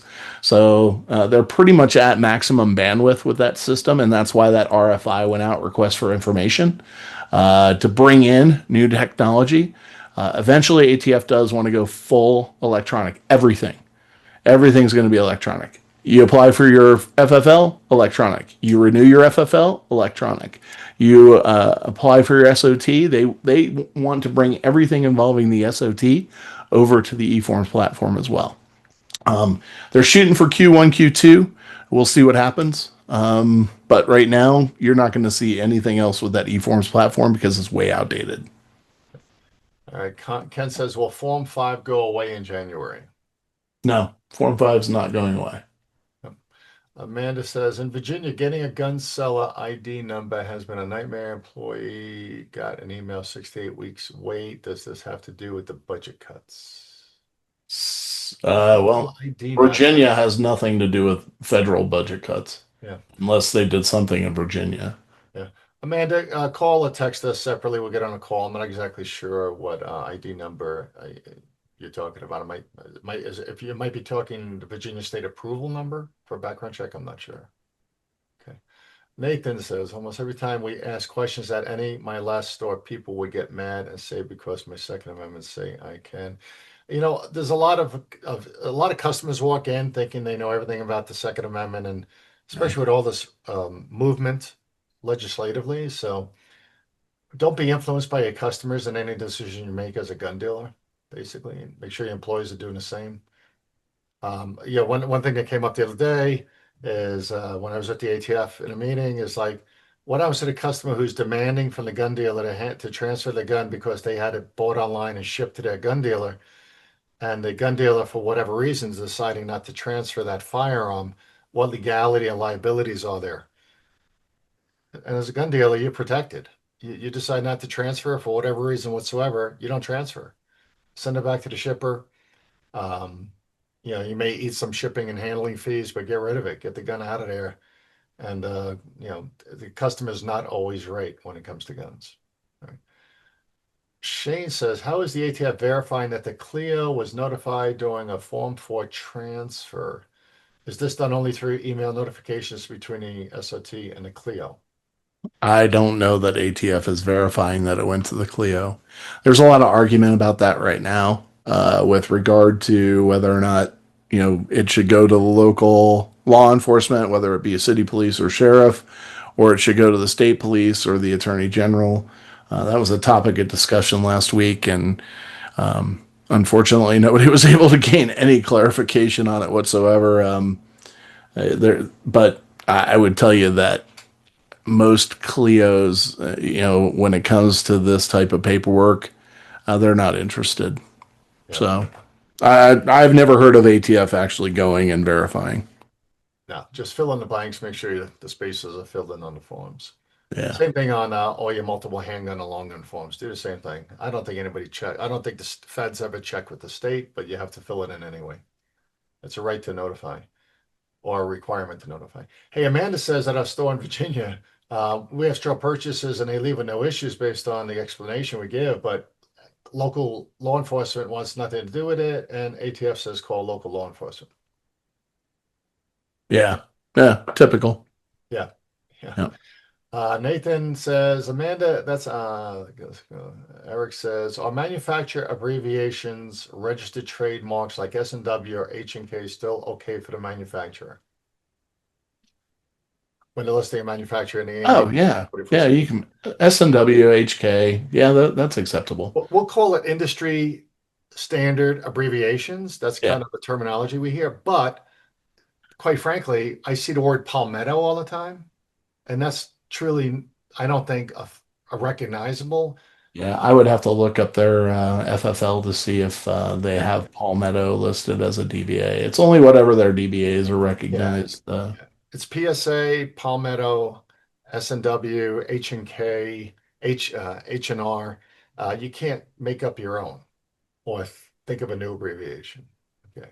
ATF will pick on you and you're going to have to explain who, try to challenge them and try to win. So why not write Palmetto State Armory or PSA? I had this discussion this week with an FFL. We're going to start writing PSA.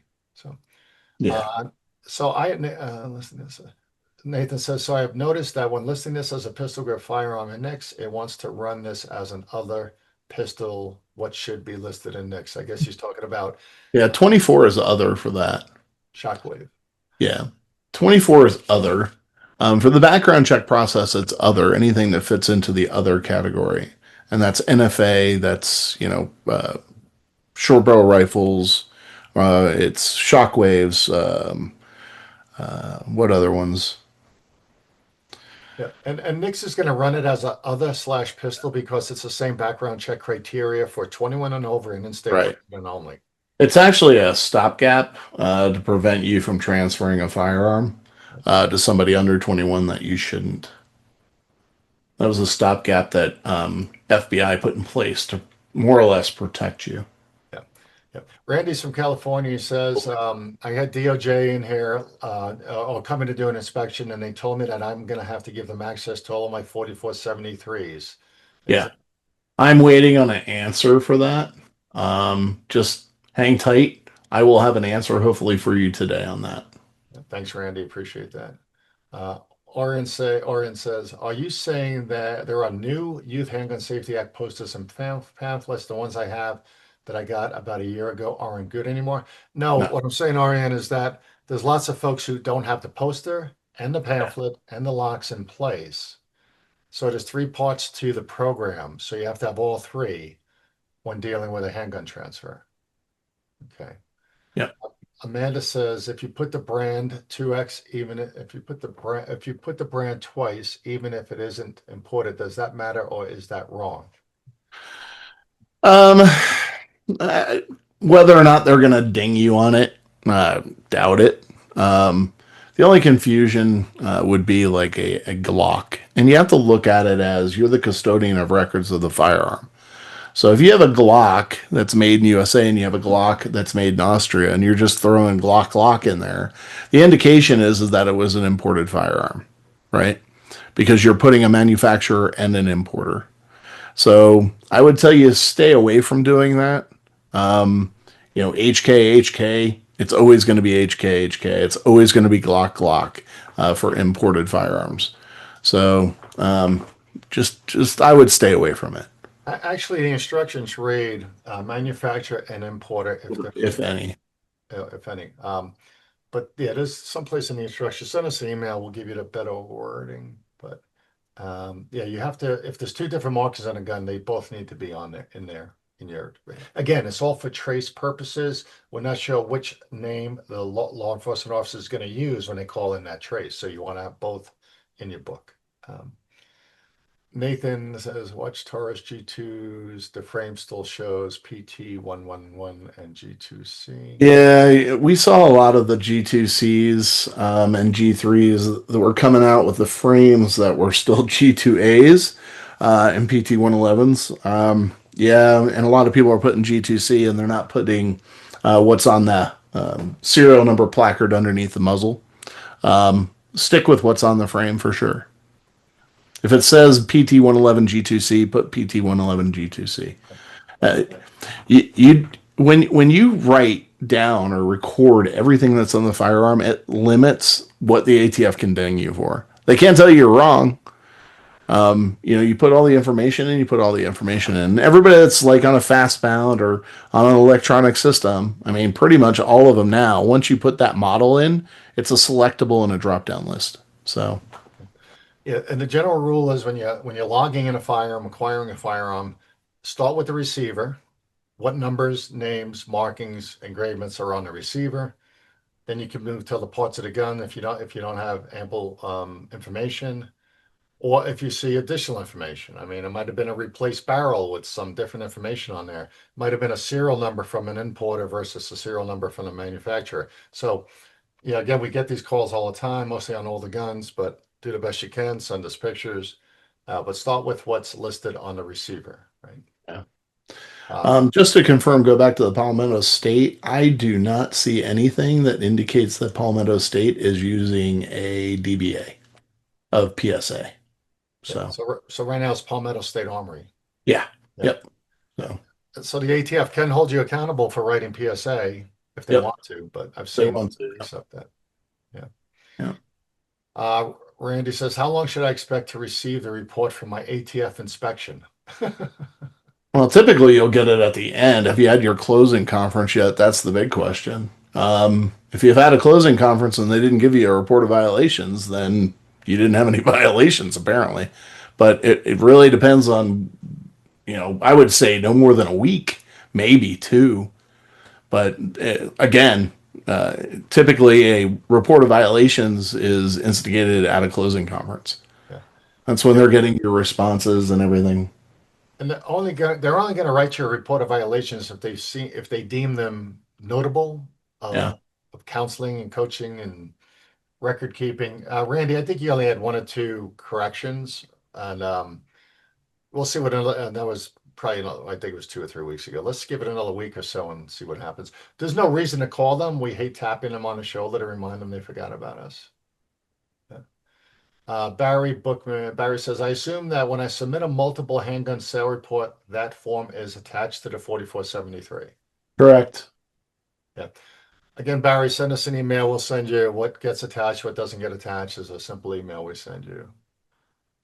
RC says, in regards to shockwave type firearms, Mossberg also makes a shockwave model with 18-inch barrel, the same bird's head grip called Mossberg. And they told me the shockwave with 18.5-inch barrel is also a pistol grip firearm, just an FYI for others. You can use any one of those: pistol grip firearm, PGF, firearm, or other for those. Yeah. Amanda says, I ship guns daily for gun broker. The states that have a magazine capacity are very responsible when I call them before I ship. Very good. Yep, that's the best rule. Because they don't want to get stuck with a gun they have to deal with also or can't transfer, have to fuss with. So we say call ahead to any unusual state they Yeah. ship your gun to. Yep.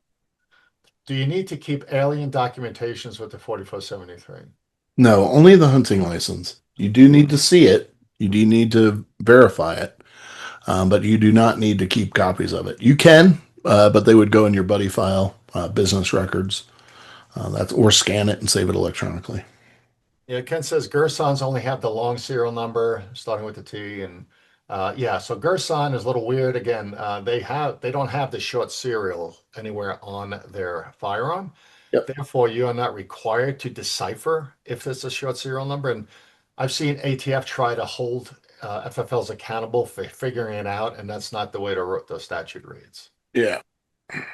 Yeah, they can't expect you without knowledge and education and information from the ATF what the real serial number is. You're taking the markings off the firearm, quote unquote. All right. Nathan, always use what's on the frame metal of the firearm. Yes. Yep. Shane, when does ATF plan to drop the non-binary option for item 14 of the current 4473? Right now, the new 4473 looks like it's going to be announced sometime in January. It's going to get a 60-day comment period, which we want to remind everybody, please comment. Look at the new form, see how the new form looks, see how it works for your business. Maybe just go through a mock kind of transaction and see how you like it. Only good comments, please. Only valid comments. Don't say the ATF should be abolished. Give proper business feedback about the new form. But that will be dropping off on the new form. Now, doesn't mean it's going to be gone forever because once again, it was only done under an executive order. So we'll see what happens there. But expect that to come around January. After the 60-day comment period, ATF will ingest the comments, obviously, scrub it for all the nonsense. Any good feedback, they'll take a look at those options, and then it'll be pushed out as a revised 4473. And it'll have about a 120-day grace period where you can use either the old form or the new form, and then it'll have a drop dead date of when you must use the new form going forward. And we'll be sure to cover all of that for you as we get permission to release and expose any drafts or anything to you guys, any new forms, and hold your hand through the process so you all get up and running before the deadline of implementation. We've had people not not start on the day required, which is a pain in the butt. Mm-hmm. And we'll put out training on it for sure. Yeah. Oh, yeah. We'll update all the training for the new form. Robert says, what punishment, if any, happened to the dealer who was missing the 1-9-4473 from 9 years ago? They got written up for it. It was cited as a missing document. And yeah, that's a federal record. So it doesn't belong to you. It belongs to the federal government if it has a NICS number on it. Yeah. Marcy says, I mainly focus only on the frame markings in regards to manufacturer importer. As an example, a Rock Island Armory 1911 has Rock Island Armory on the slide, but the frame is marked ACP, AP International. Mm-hmm. So in this example, ACP is the manufacturer and AP International is the importer, correct? Yep, 100%.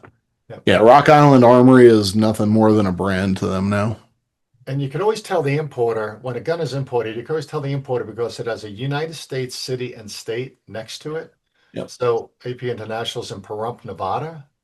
So that's the indicator is like which one's the importer is the one with the US city and state because that's the American or US company that handled the importation of the gun from another country. Right. So what do I do when I get a proceed 2 days after a denied status? You'll update the form and notify the customer if you'd like. You'll update the form that you obviously didn't transfer the firearm, so you can update that form and then do the transfer. You're going to have to do a recertification in 3031 or have the customer do a recertification.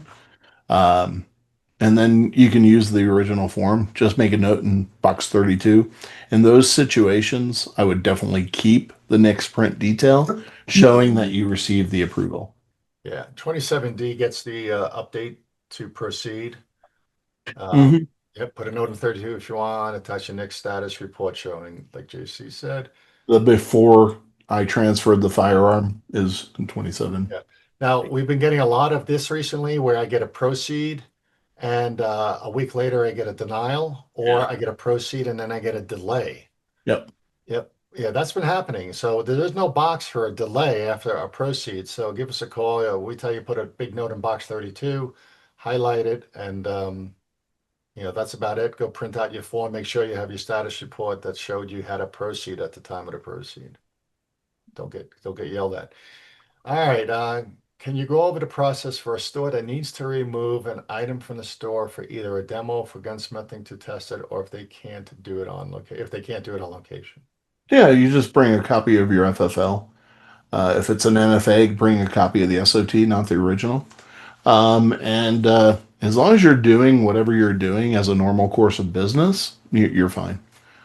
If it's, somebody is on your sales staff and you're, sending a bunch of NFA and GCA firearms to them as, to use for selling to FFLs in that part of the region, I would tell you put together a letter that says they're a W-2 employee and in lawful possession of the firearms and have them have a copy of the FFL and SOT if there's NFA firearms involved. Yeah. And there's no other formal process as far as booking it out or disposing it or, ATF would like for you to keep a record of what you're leaving the store with, especially if you're going to a gun show with 100 guns. Yeah. Have a list, leave it back at the store or take it with you for inventory accountability, but there's no formal process otherwise. No, just have a copy. Obviously it has to be a W-2 employee. So yeah.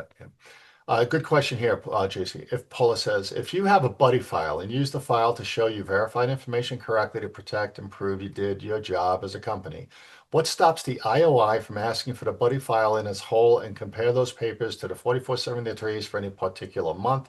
And do we have to hand over the buddy file, or is that simply for us? IOI cannot ask for that file once they know you have it. The IOI can ask for whatever they want. It doesn't mean you have to give it to them. It's not a regulated item. It's not a required item. The reason we recommend keeping certain documentation is so that you can prove did everything right. But by no means is it a requirement. You can decide to keep it or you can decide not to keep it. That's up to you. An IOI can ask for the buddy file and the records all they want. You can say, no, those are my business records, and you don't need access to them. You don't have to be, mean about it. You can be very forward and just tell them those are my business records. I don't give access to anybody to access those. So Okay, here's a funny one. I was on the phone about a month ago with a store getting inspected, and they had some discrepancies in some items. And the IOI said to me, and they know who we are. Say, JB, is it okay if she looks in the buddy file for that? And I said, oh yeah, sure. And let's call her Amanda. I said, Amanda, yeah, they were looking for an NTN status report because it was it was a delayed transaction that turned to a denial. They claimed it was and when they look at next, they see denial. They don't see delay, okay, or open. And they were claiming that she transferred a gun before the 3 days and it was a denial. But in actuality, she had the proof in the buddy file of her NTN status report. And she was able to go pull in and say, look, on the day I transferred this, my background check status report was open. It showed open. And it solved the whole problem. But some IOIs are going to be very professional and understanding, and others are just going to try to steamroll you. So you got to be careful. And as long as we're all professional, we can help you through anything and help guide you. But like I said, they'll tell you they want to see. This is a best practice. We'd love to see copies of driver's licenses attached to the 4473. You just got to understand what's lawful and what's not. Roland says, is there a max length of time following a Form 4 approval for the NFA item to be transferred? what's the max length of time? Yeah, as soon as possible. Yeah. I mean, look, when it comes to it again, it goes back to the background check. That's probably the lengthiest part of the entire approval process because NFA firearm transfers are not the priority. GCA firearms are. So, it depends. And after 88 days, the ATF or the next team can basically kick back the background check to ATF and say, we can't get a determination on this background check one way or another. So it really just. I think the question, John, is once they get approved Form 4, and how long is a Oh, customer, an approved Form 4. how long does a customer have to come and pick it? Oh, okay. Per the NFA, a reasonable amount of time, but they've never determined or defined what a reasonable amount of time is. We always say 30 days unless there's some sort of exception.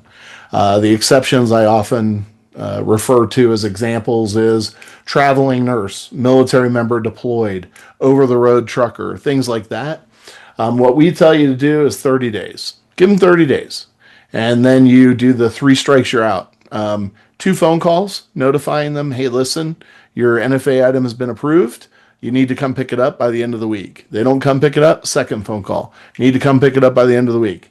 The last one, strike 3, send them a certified letter, advise them that their firearm has been approved for transfer. And if they don't come in by X date, you're going to go ahead and void the transfer and they'll have to start the process all over again. And charge them a restocking fee. Yeah, charge them a restocking fee. Yeah. All right. Langford says, our attorney advised us in Colorado, rapid fire devices are not illegal until 8/1/26 per the law and the fiscal notes. All right. We'll check into that, Langford. Yeah. I think it was in the original text, and that's why the September 1st thing came up. Yeah. Nathan says, correct me if I'm wrong, but all no sales should also be stored separate and treated similar to, yeah, you talked about no sales versus denials. Yeah. Yeah. No sales, cancels, guns not transferred, guns not picked up. If that 4473 has a number on it in box 27B, a control number, it has to be maintained for record keeping purposes forever. Yep. Anytime you have an NTN.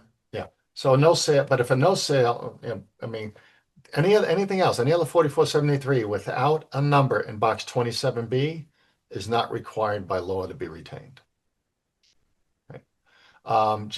Next one says, anyone ever noticed that the NICS update details change as in time and date?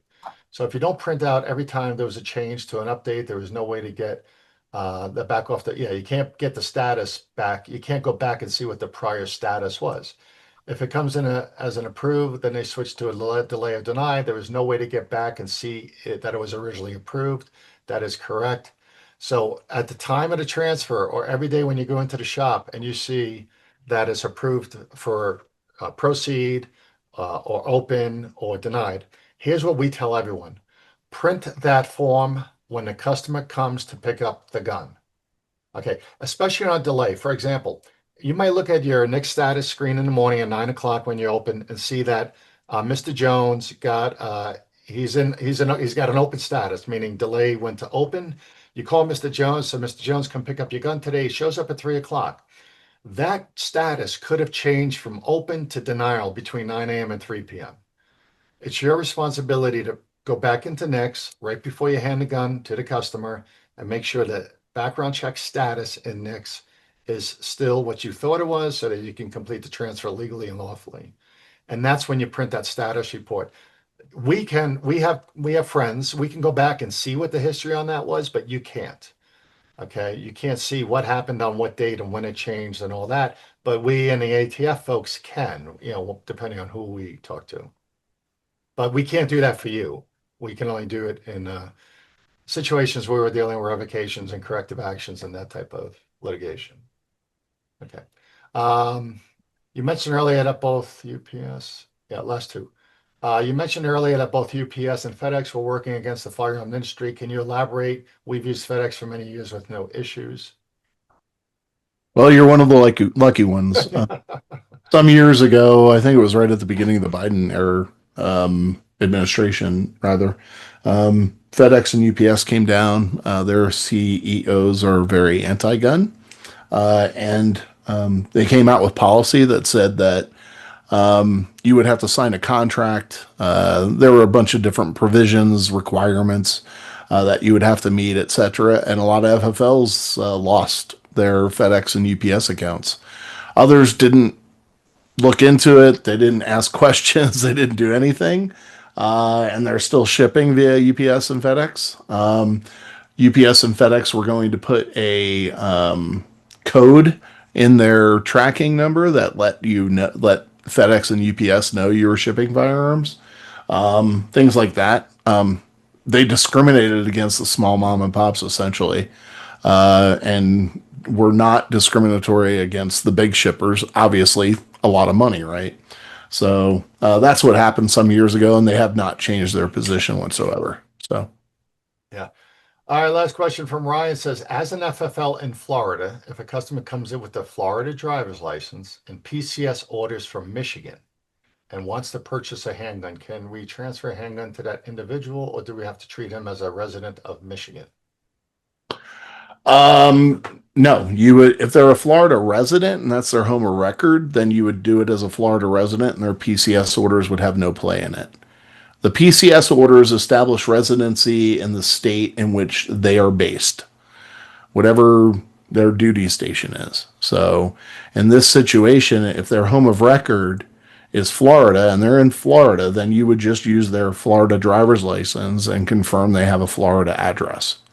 And make sure the address obviously is still legitimate. So Yeah, in that no case, PCS orders come into play in that. yeah, you would just disregard the PCS orders, but secondarily, the PCS orders can be used to establish residency in their base state. Yeah. Yeah. With the military ID. Don't mix a state driver's license with PCS orders. That's a big no-no. Yeah. Yep. Wow, you guys are awesome. I think that's it. Wow, JC, we're done. Yeah.